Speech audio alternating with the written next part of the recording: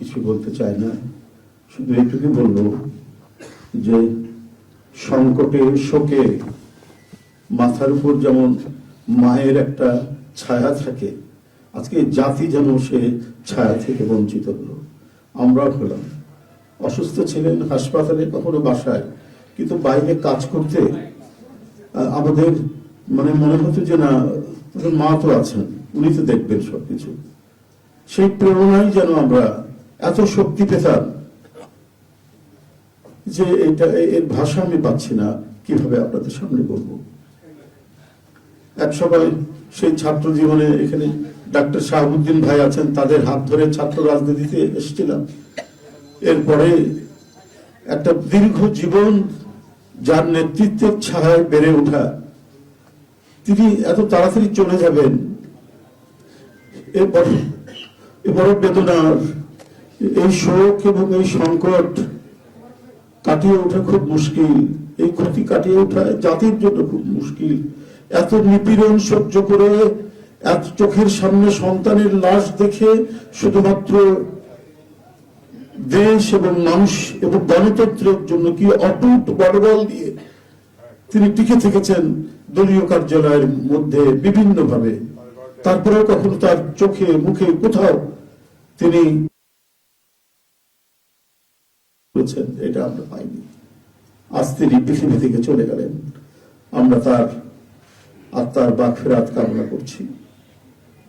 সারা দেশ এবং সারা বিশ্ব এই নিপীড়িত মজলুম নেত্রী তার জন্য গভীর শোক জানাচ্ছে। উপস্থিত সাংবাদিক বৃন্দ, গণতন্ত্রের মা, বারবার হারানো গণতন্ত্র পুনরুদ্ধারে অবিসংবাদিত নেত্রী, মানুষের নাগরিক স্বাধীনতা, বাক ব্যক্তি স্বাধীনতা রক্ষার ইন্তেকাল করেছেন। চিকিৎসক বৃন্দ যেটা ঘোষণা করেছেন 6টায়, ইন্না লিল্লাহি ওয়া ইন্না ইলাইহি রাজিউন। বাংলাদেশ জাতীয়তাবাদী দল বিএনপি এই হৃদয় বিদারক এবং মর্মস্পর্শী মৃত্যুতে গভীর শোক ও দুঃখ প্রকাশ করছে।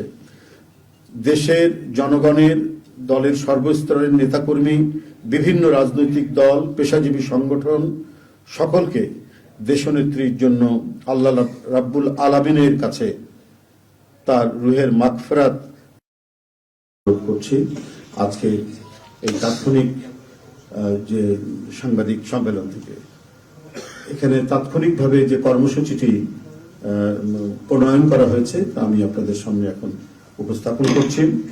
কর্মসূচি: দেশনেত্রী বেগম খালেদা জিয়া আমাদের মাঝে নাই, পৃথিবী থেকে তিনি চলে গেছেন। তার মৃত্যুতে 7 দিন ব্যাপী বাংলাদেশ জাতীয়তাবাদী দল বিএনপি শোক পালন করবে। 7 দিন ব্যাপী বাংলাদেশ জাতীয়তাবাদী দল শোক পালন করবে। কেন্দ্রীয় কার্যালয় সহ দেশের সকল কার্যালয়, সকল দলীয় কার্যালয়ে 7 দিন ব্যাপী কালো পতাকা উত্তোলন করা হবে। 7 দিন ব্যাপী কালো পতাকা উত্তোলন করা হবে। দলের সকল স্তরের নেতাকর্মীরা এই 7 দিন ব্যাপী কালো ব্যাজ ধারণ করবেন। 7 দিন ব্যাপী কালো ব্যাজ ধারণ করবেন।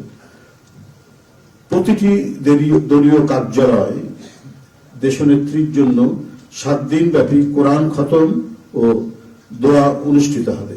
কোরআন খতম ও দোয়া মাহফিল অনুষ্ঠিত হবে।